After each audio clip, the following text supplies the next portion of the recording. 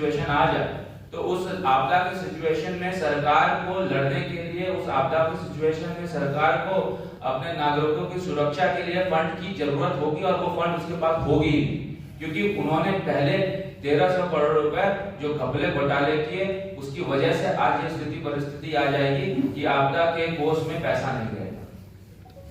अगर बाढ़ आती है, अगर सुखाड़ आती है, अगर कोई नेचुरल कैलामिटीज आती है, यदि कोई ऐसी सिचुएशन आ जाती है जिसमें पैसे की आवश्यकता होगी, उस समय नागरिकों को मरने के लिए छोड़ दिया जाएगा और ये सरकार कुछ भी नहीं कर पाएगी। इसीलिए ये जो आपदा प्रबंधन का पैसा है इसलिए भी जरूरी हो जाता है क्योंकि इससे सीधा सीधा जो प्रभाव यहाँ की जनता को होता है। और इस सरकार ने एक मैकेनिज्म तैयार किया है कि जिस प्रकार वो केंद्र को कोसे,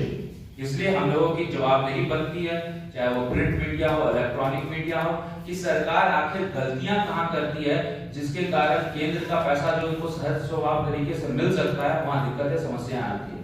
सरकार का 5 साल बीत गया, 2019 से 2024 तक सरकार का 5 साल बीत गया और इस 5 साल में सरकार ने अपना अकाउंट्स तक ठीक नहीं किया कि आखिर ये 1300 करोड़ रुपए हमने किस मद में कहां खर्च किए, किस जिलों को दिया, किन जिलों में हम लोगों ने कितना कितना किस किस एक्टिविटीज में खर्च किया।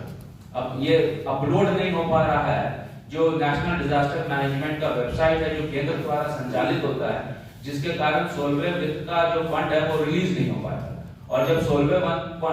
वित्त का फंड रिलीज नहीं हो पाएगा तो कहीं ना कहीं आपदा प्रबंधन में आने वाले समय में हम लोगों को कठिनाइयां परेशानियां होंगी। और उस समय अगर राज्य चिल्लाएगा कि केंद्र हमारी मदद नहीं कर रहा है तो ये काफी दुर्भाग्यपूर्ण बात होगी, क्योंकि तमाम ऐसी चीजों में जहां राज्य चिल्ला रहा है कि केंद्र हमारी मदद नहीं कर रही है, केंद्र मदद करने के लिए तैयार है, लेकिन आपका जो इंटरनल मैकेनिज्म है और आपका जो गवर्नेंस का स्टाइल है वो कहीं ना कहीं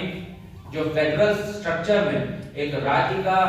कर्तव्य होना चाहिए उसमें कहीं ना कहीं आप खरे नहीं उतर रहे हैं।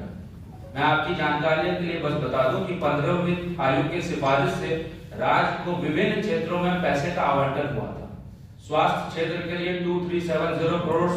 ग्रामीण स्थानीय निकासी चुनावों पंचायत निकायों के लिए 6585 करोड़, नगर निकायों के लिए 3367 करोड़, आपदा प्रबंधन के लिए 3138 करोड़ जो कि 2026 तक मिला था, जिसमें आपदा प्रबंधन के 1300 करोड़ रुपए गायब हैं। और ये सरकार को इस पे जवाब देना चाहिए कि आखिर ये 1300 करोड़ रुपए कहां गए। या तो सरकार को ये बताना चाहिए कि ये भ्रष्टाचार की भेंट चढ़ गए, या तो सरकार को ये स्पष्ट करना चाहिए कि इन मद पे इसका उपयोग हो। यदि सरकार के पास पैसे का ब्यौरा नहीं है तो मैं सीधा सीधा हमारे आपदा प्रबंधन विभाग के मंत्री और इस राज्य के मुख्यमंत्री से सवाल करना चाहूंगा कि आखिर 1300 करोड़ की रिकवरी के लिए आप क्या मैकेनिज्म इस्तेमाल करेंगे। 1300 की करोड़ की पैसे यदि सही में भ्रष्टाचार की भेंट चढ़ गए हैं तो आपदा विभाग के पदाधिकारी और स्वास्थ्य विभाग के पदाधिकारी और कृषि विभाग के पदाधिकारी के प्रति आप कौन कौन से स्टेप्स लेंगे, एक्शन लेंगे कार्रवाई के लिए। यदि ये भ्रष्टाचार के भेंट 1300 करोड़ रुपए चढ़ गए हैं तो सरकार कमेटी गठित करके इस 1300 करोड़ के गबन के मामले का पटाक्षेप आने वाले जो विधानसभा का सत्र होगा उसमें करेगी कि नहीं करेगी, या सरकार इस 1300 करोड़ रुपए के प्रति जवाब देगी कि नहीं देगी। इन तमाम मुद्दों को लेकर हम लोगों ने ये प्रेस कॉन्फ्रेंस आपके समक्ष रखा है और आपको ये बताने का प्रयास किया है कि किस प्रकार से भ्रष्टाचार साइलेंट तरीके से झारखंड में हो रहा है, और यदि सत्ता